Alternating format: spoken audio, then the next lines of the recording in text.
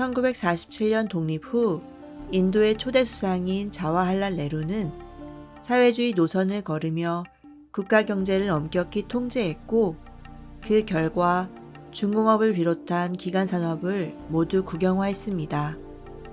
그 후 30여 년 동안 인도는 사회주의식 경제 모델로 저성장을 감수하면서도 오랜 식민 지배로 인해 왜곡된 경제 구조를 바로잡으며 사회 안정을 경제 성장보다 우선으로 합니다. 하지만 이러한 사회주의형 통제 경제 모델은 수입 대체 정책과 국유화 정책이 더욱 강력하게 시행되는 결과를 초래했고, 이는 경제활동과 성장률을 크게 위축시켰습니다.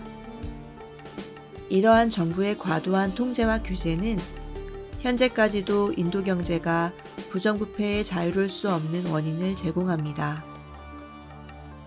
30여 년 동안 제조업 생산성의 저하, 그로 인한 오랜 저성장은 1980년대 들어 규제 완화와 개방 경제 정책으로 선회하는 계기를 만듭니다.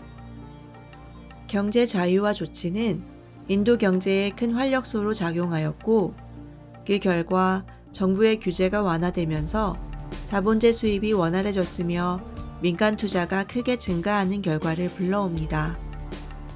이는 제조업의 생산성 향상으로 이어졌으며, 대외적으로 국제 유가가 안정됨에 따라 인도 내 물가도 안정되며 민간 소비 또한 증가하는 결과를 낳습니다. 하지만 이러한 호황에도 정부의 과도한 재정 지출에 따른 부채 누적, 경상수지 적자에 따른 외환 보유고 감소 등은 인도 경제의 불안 요소로 작용합니다. 결국 80년대 중반 이후 누적된 쌍둥이 적자, 그리고 1990년 걸프전에 따른 국제 원유값 상승과 세계 경제 침체가 겹치면서 1991년 인도는 외환 위기를 맞습니다. 외국 자본에 절대적으로 폐쇄적이었던 인도는 외환 위기를 계기로 신자유주의적 개혁과 개방을 본격화하며 인도 경제를 환골탈퇴시킵니다. 우선 기업의 설립 및 생산에 있어 정부의 규제와 간섭을 폐지하였고, 관세와 이자율을 낮추며 많은 부문에서 외국인 직접 투자를 허용한 결과 1995년 세계무역기구의 회원국이 되었습니다. 2000년대 들어 인도 경제는 금융 자유화와 정부 규제 최소화 등으로 자유시장 경제로의 발전을 촉진하며 2003년부터 2007년까지 연평균 9%의 높은 성장률을 기록합니다. 또한 브라질, 중국, 러시아와 함께 브릭스라는 신조어를 탄생시키며 세계 경제의 성장 동력으로 각광받습니다. 특히 2013년부터 2018년까지 인도는 중국을 제치고 세계에서 가장 빠르게 성장하는 국가로 도약했으며, 현재는 명목 GDP 기준 세계 6위, 구매력 기준 세계 3위의 경제대국으로 성장했습니다.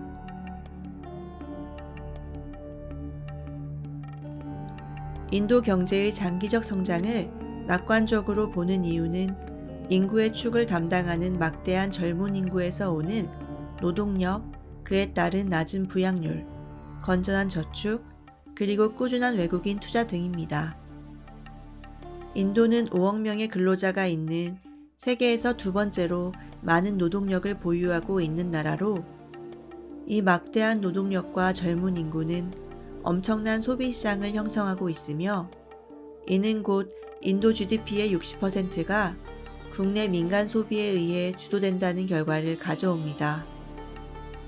인도의 총 저축률은 GDP의 30% 규모로 매우 높은 편이며, 6천억 달러가 넘는 외환 보유고는 세계 4위의 규모를 자랑합니다.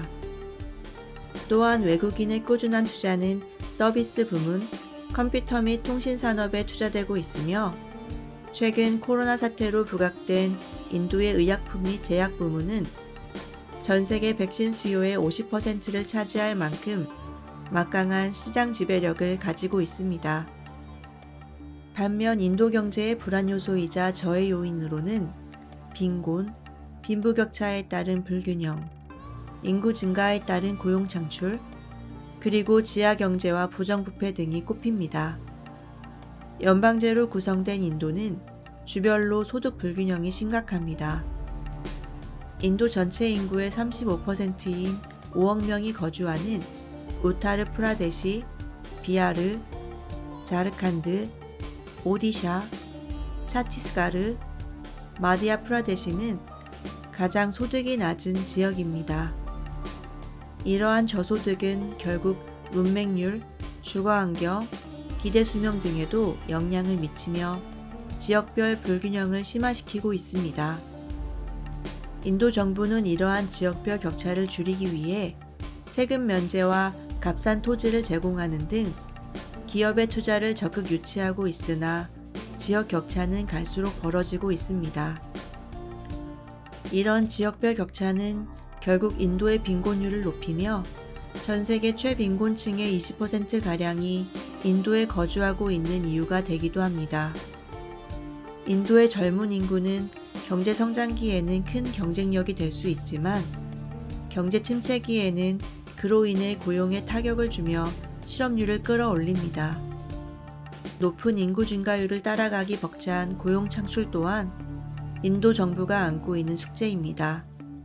부패는 인도 경제 저해의 가장 암적인 요소입니다. 2016년 세계 183개국 중 인도의 부패 지수는 79위로 이전보다는 많이 개선되었으나 여전히 경제 규모에 비해 낮은 수준입니다. 인도 지하 경제 규모는 세계에서 단연 1위로 그 규모만도 GDP의 25%가 넘는 것으로 추정됩니다. 2016년 지하 경제를 뿌리 뽑기 위해 인도 지폐 중 가장 큰 액면권인 500루피와 1000루피에 대한 사용을 금지하며 새로운 지폐를 발행하기도 했습니다. 검은 돈과 부정부패는 빈곤과 빈부격차를 불러오는 가장 큰 원인이라며 총리와 인도 정부가 직접 나서 개혁을 시도하고 있으나 아직 갈 길은 멀고 험난합니다.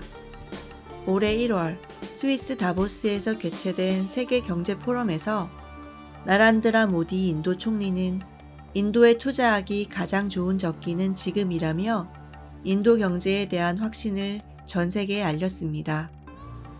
2030년 일본을 추월해 미국과 중국에 이어 세계 3대 경제대국으로 성장할 것으로 전망되는 나라 인도. 영국 식민지 시절 전까지 1800여 년 동안 세계 최고의 경제대국이었던 나라 인도는 그 전의 영광을 되찾을 수 있을까요?